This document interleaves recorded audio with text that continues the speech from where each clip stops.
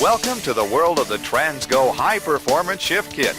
In this video presentation, we'll show you step by step how to beef up your Turbo Hydromatic 350C transmission. This transmission is about to come alive. This video shows a typical installation with the trans still in the vehicle. It will help you install this kit with confidence. While you are watching this video, stop the tape often and read the instructions. The booklet has the specific instruction. Follow the booklet to the letter through the entire installation. During the installation, finish and review each step before moving on. When installing springs, follow the instruction sheet for customizing options, size, location, and color. When drilling holes, follow instructions for their location, size, and customizing options. When plugging any holes in the separator plate, chamfer holes on both sides of the plate with a large drill bit by hand. File both sides of the plugs flush with the plate. These are the typical tools needed to do the installation. First, let's road test the vehicle to see if the transmission is in good working condition. We just want to make sure it has 3 forward gears and reverse. Pull the lever to manual low and move up to second. Now to the D position. Push the gas pedal to about 1/4 throttle. Feel the 1, 2 and 2, 3 upshifts. This will tell us if the valve body is working normally. Then try some upshifts at 3/4 throttle to see if the clutches are in normal condition.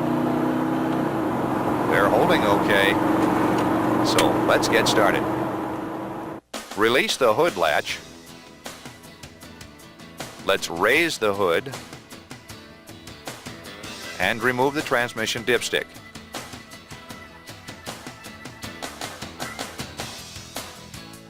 Remove the air cleaner and put it on the bench.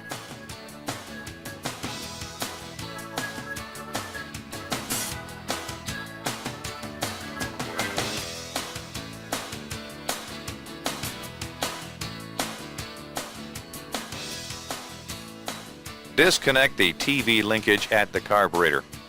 We're showing the most popular type. If your linkage differs from the one shown here, it probably is located down by the gas pedal, and you should refer to a shop manual for instructions on how to unhook it.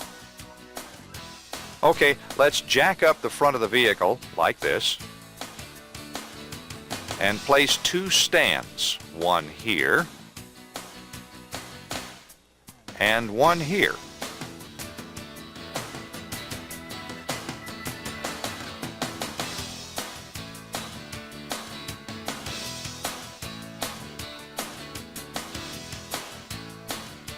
Now we can jack up the rear.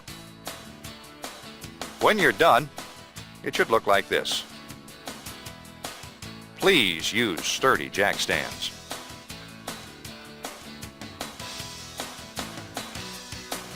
Before we go under the car, let's gather the required tools. We will need a 1/2 inch and a 3/8 inch socket. We need a 3/8 inch speed handle, long screwdriver, small screwdrivers, regular pliers, drain pan, and some wiping rags. Let's make sure you have the transmission that this kit fits.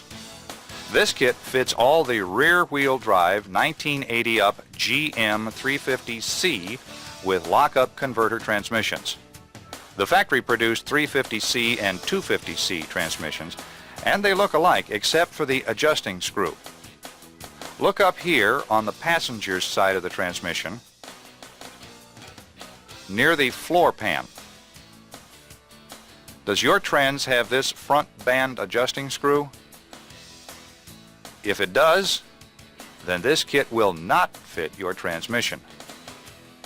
There is no performance kit available for the 250C transmission. This connector here goes to the lock-up solenoid. Both the 250C and the 350C have this connector. The bottom pan has 13 bolts holding the pan to the case. Look here on the driver's side. Close to the rear in this area, we have a governor cover. This is the manual shift linkage here. On the passenger side, in the rear, we have a vacuum modulator. This is the right transmission. Let's get going. Place a drain pan under the transmission, favoring toward the front. If your pan bolts are hidden or too close to the crossmember here in the rear, you may need to remove the bottom rear mount bolt or bolts to gain access to the rear pan bolts. Pry up on the transmission and insert a socket between the frame and the mount.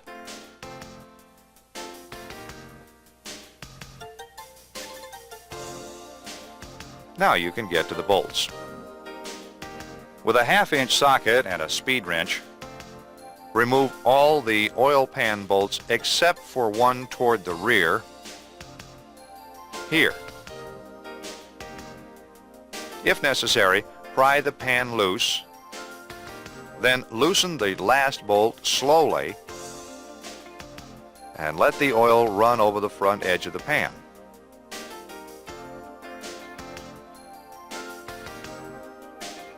Lower the pan. Look here in the pan. It has some debris, which is normal.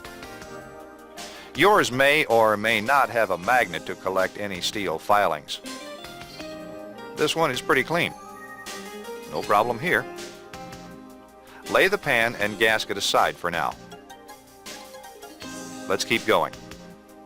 There are 3 different filters. This brass mesh type, this nylon type, and this Dacron type. Now, let's remove the filter. If the transmission oil is still hot, protect your hands with a rag. Have the drain pan in position to catch the fluid that will run out of the filter and valve body. Remove these 2 screws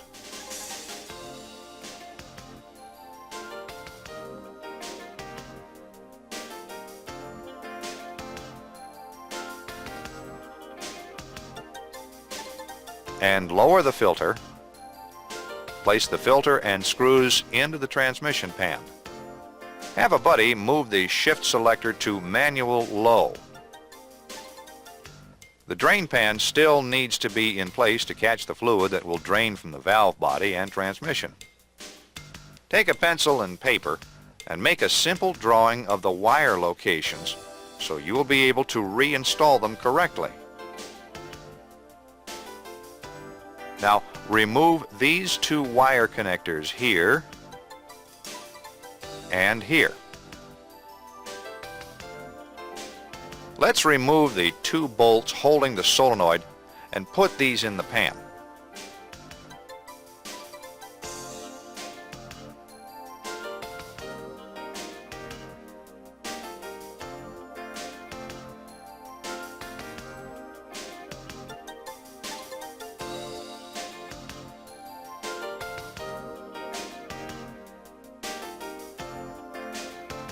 Remove the pin from the kickdown lever.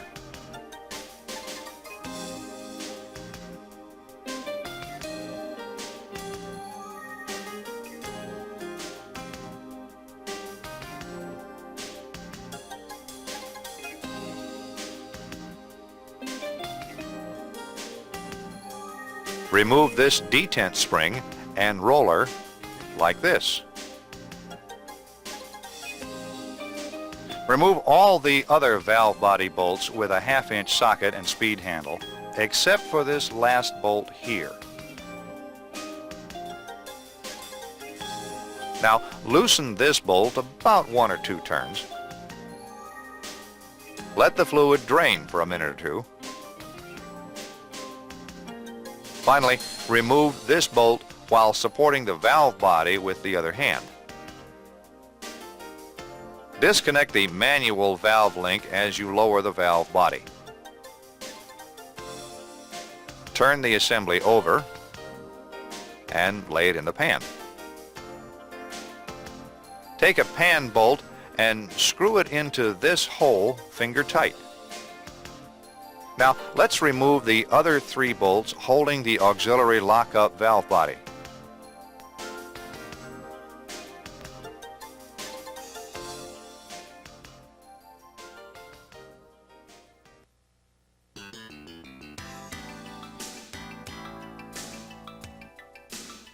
Put the bolts and auxiliary body into the pan. Now remove the bolts holding this plate.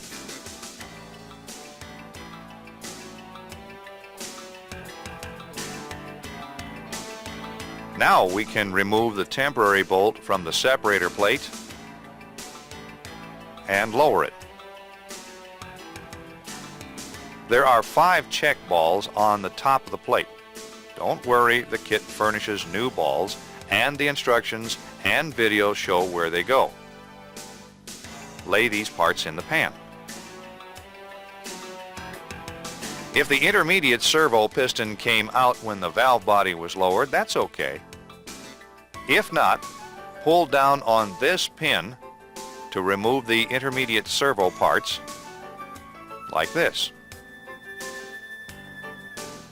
Keep these parts together and lay them into the pan. Let's take these parts to the bench. Clean these parts and lay them out. Now we'll assemble the intermediate servo like this. Install the washer on this end. Now install the piston. Insert the spring seat onto the tapered end of the pin and then the spring.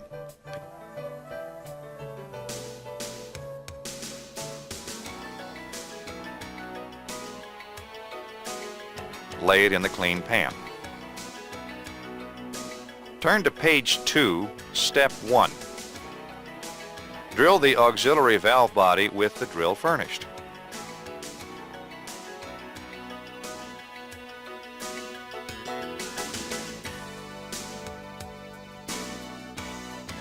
Go to step 2 and remove the roll pin.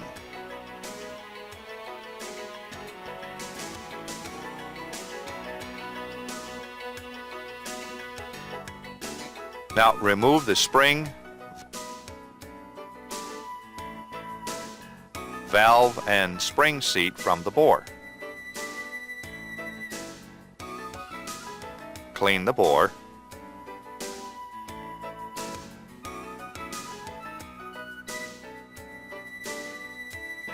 Lay the parts out in their order of removal. Discard the old spring and replace it with a new one.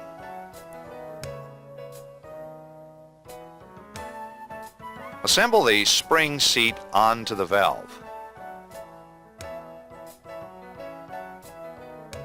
Install the valve with the seat into the bore. Insert the spring into the bore. Using a pair of external pliers like these, push in on the spring and install the roll pin here. Before we install this next spring, listen up. Read this first. Gear command. Gear command allows a shift lever backshift to low gear at any speed. This feature should not be installed in heavily loaded commercial trucks. Although the video shows the gear command installation as part of the regular instructions, the gear command parts and instruction in this kit are in a separate package. Only install gear command in hot rods, off-road, personal sport cars, and personal trucks, where the driver will know that first gear can be obtained at any speed by moving the lever to the 1 position. Okay, in this vehicle, we want gear command with the back to low feature for towing. It gives you greater control of your transmission, but still allows you to shift either manually or completely automatic. This feature is highly desirable for campers and towing vehicles. You can use the engine to slow you down in that tight spot and save your brakes. This truck we are working on will be towing heavy loads. We want to be able to hold low gear descending steep hills. We will now install the back to low feature. Here's how. Turn the valve body up on this end. Push in and out on the end plug until the roll pin backs out of its bore far enough to remove the pin with your fingers. To remove the roll pin, push in on the end plug to relieve tension and remove the pin with your fingers. Now remove the plug and spring. Discard this old spring. Install the new blue spring. Now install the plug and the roll pin.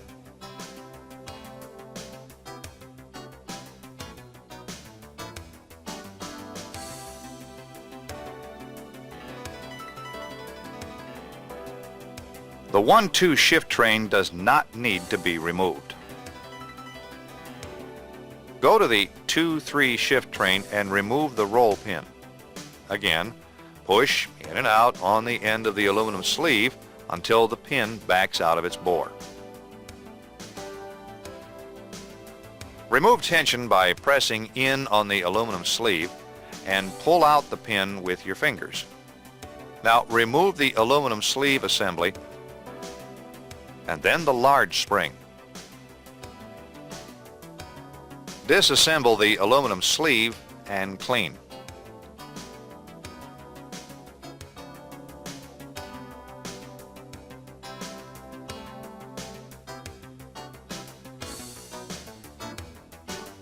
Insert the valve and small spring back into the aluminum sleeve.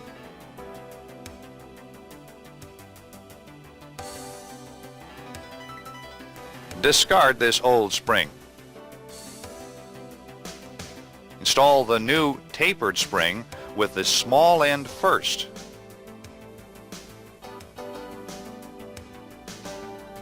Now install the aluminum sleeve assembly. Push in on the sleeve with your thumb and reinstall the roll pin. Now go to the pressure regulator valve and remove it by pushing and releasing the sleeve until the roll pin backs out enough to pull it out from its bore. Pull out the pin with your fingers. Now remove the aluminum bushing sleeve assembly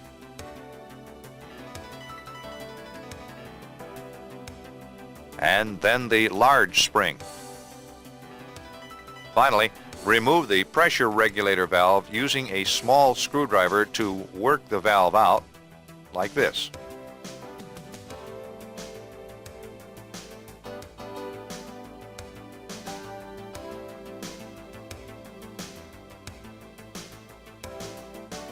Clean the valve body bore.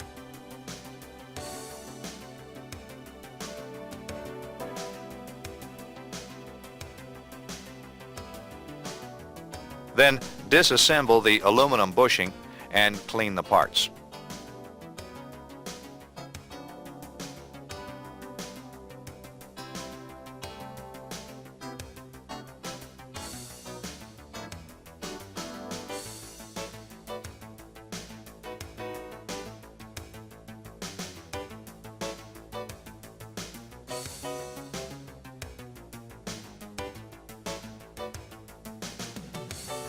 Insert the two boost valves with the small valve first.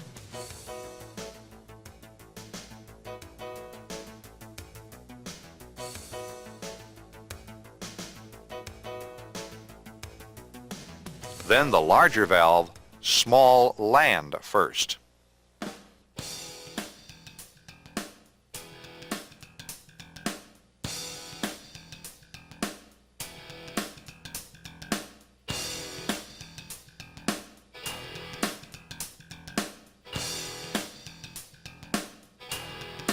Discard the old spring.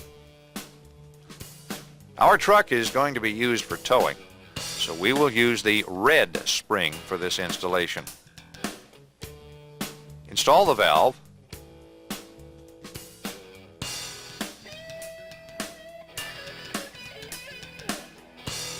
Then the new tapered spring with a small end first. And now the boost valve bushing assembly. This is a tough one.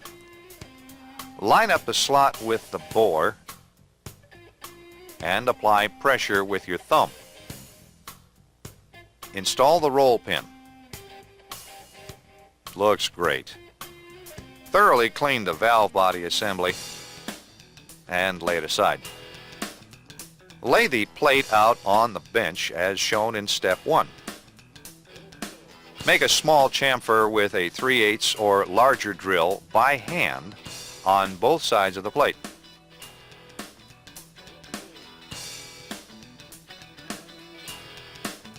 While holding the plate down against a cement floor, insert the aluminum plug furnished into the hole and hit it 2 or 3 times with a light hammer.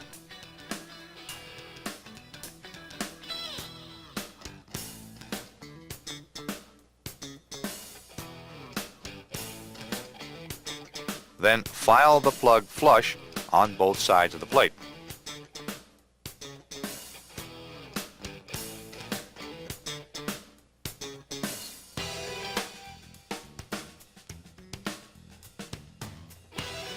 Step 2. Enlarge these 4 holes with the drill furnished.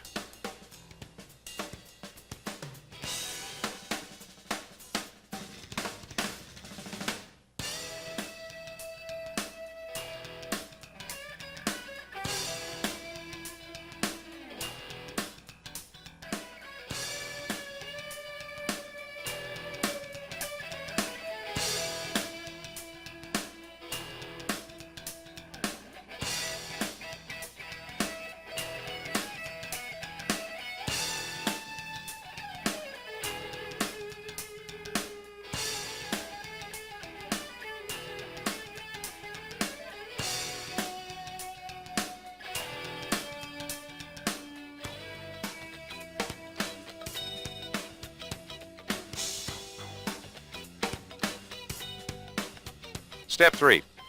Smear a little oil on this side of the plate and stick the largest gasket onto it.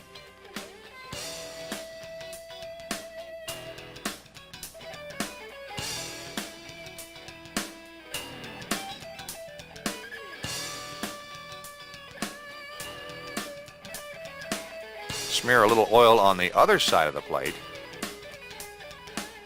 and stick the next smaller gasket to it. Step 4. Turn the separator plate back over as shown on page 3 and insert 2 valve body bolts up through the Z holes to hold the gaskets aligned.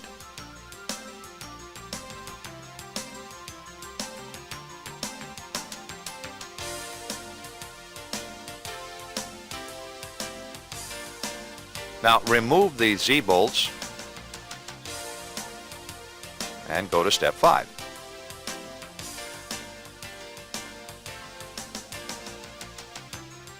Locate 5 check balls and install them onto the plate with a little Vaseline to hold them in position.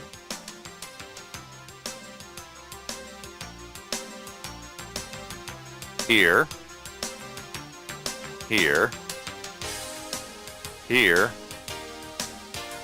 here, and here.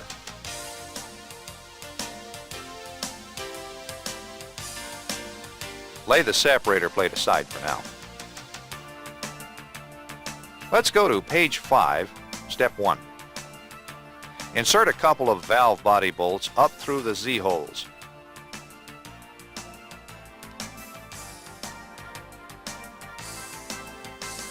Place the small valve body gasket furnished onto the valve body. Step 2. Place the new plate that does not have a slot against the valve body gasket.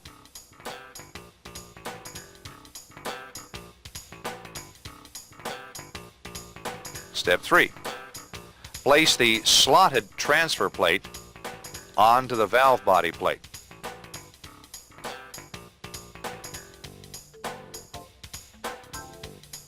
Let's go back onto the vehicle with these valve body parts.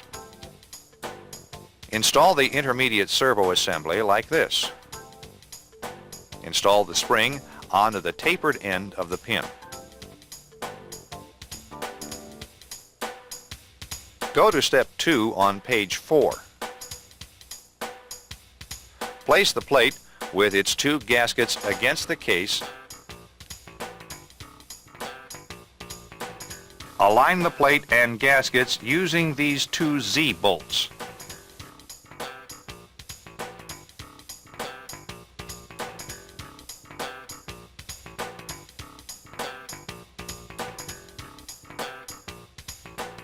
Install and tighten the lockup body.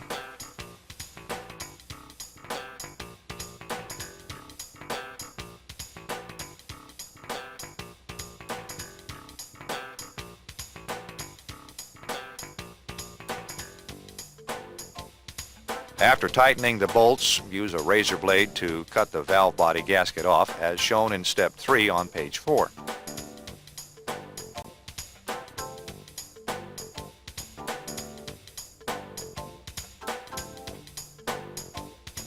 Now, remove the Z-bolts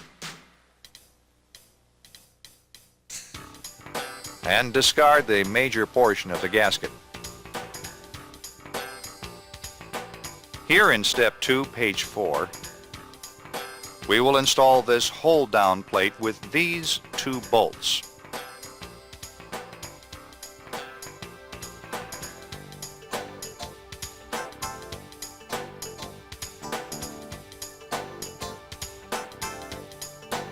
Okay, let's install the valve body. Make sure the manual valve is installed into the valve body. While pushing the valve body up into position, insert the link into the selector lever and then into the manual valve.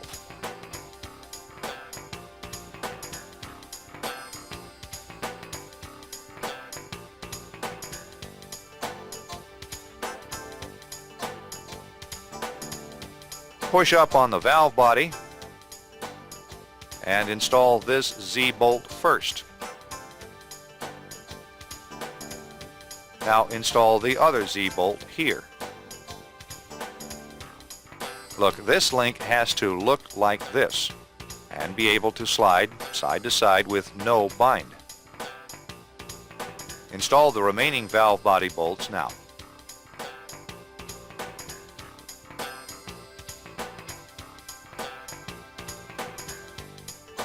Don't forget to put the electrical wire bracket here. Install the detent roller and spring.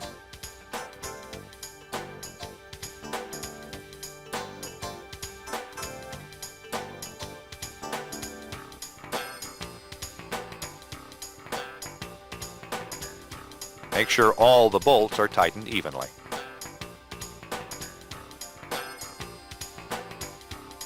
Find the solenoid and its mounting bolts. Refer to your wiring diagram. The wires should come out of the solenoid toward the passenger side of the vehicle. Install the solenoid and tighten the bolts evenly.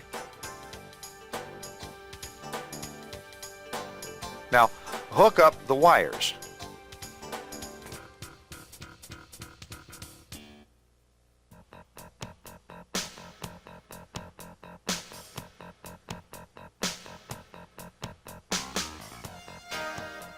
Reinstall the kickdown lever at this time.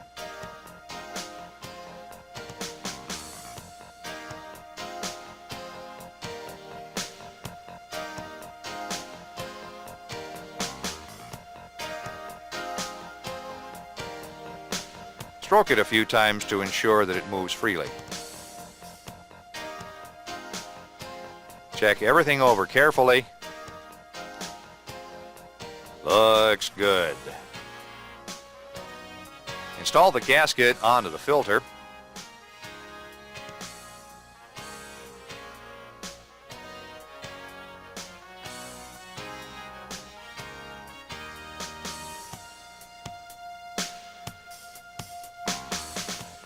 And install it with the 2 screws.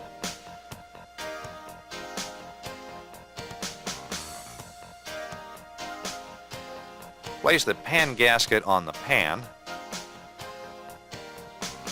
and lift the pan into place while starting 1 bolt at this side and 1 at this side, like this.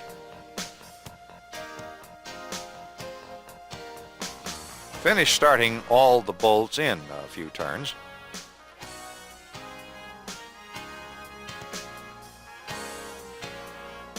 Now tighten all the pan bolts with a speed handle evenly. Double check each bolt. Lower the tail of the transmission and install the mount bolt. Make sure the vacuum tube is in good shape with no cracks or holes. The rubber hose on each end must not leak because of hardness and cracks. Reinstall the kickdown cable at the carburetor linkage. Adjust it like this. Release the cable snout by pushing in on this lock.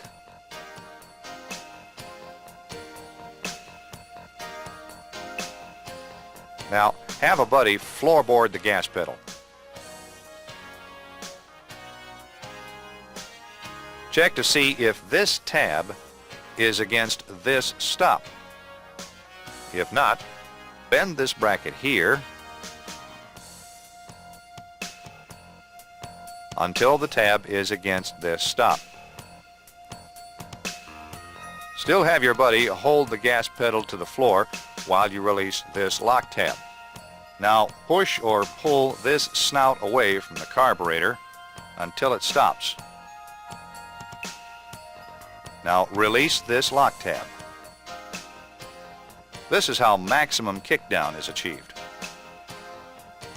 If you have unhooked the carburetor springs, hook them up now. Install the air cleaner.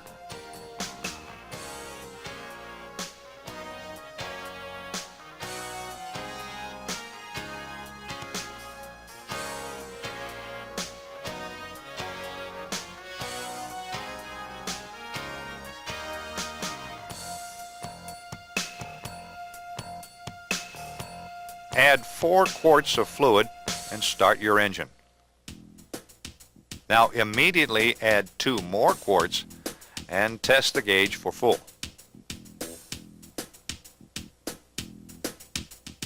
Add until it's about a pint low, then road test. After it warms up, we'll check it again. While the vehicle is still in the air, hold the brake and run through the gears from park to reverse, neutral, D, second, and now first. Let's move the selector to D and accelerate, checking for upshifts.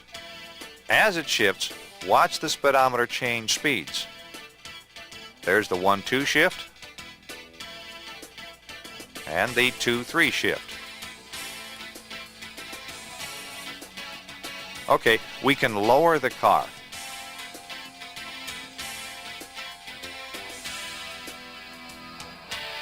Double check the fluid level. It's right here, just below the full mark. Close the hood. Let's road test the vehicle and check its new performance.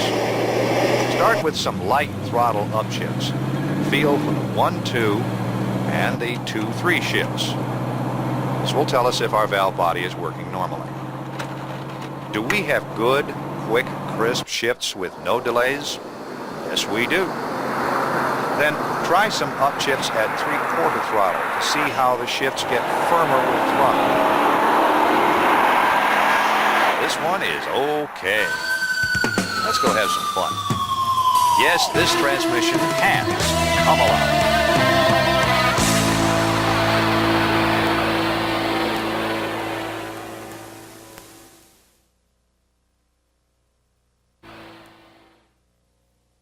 This 350C Performance Shift Kit is very versatile. If you have a car like this with low gears, you can expect this kind of performance. Whether you are a serious off-roader, or a hunter, or a fisherman, or a contractor, this kit gives the shift feel you want, and the Gear Command feature puts you in control. Yes, you can have the gear you want when you want it, and still delivers full automatic shifts in the drive position.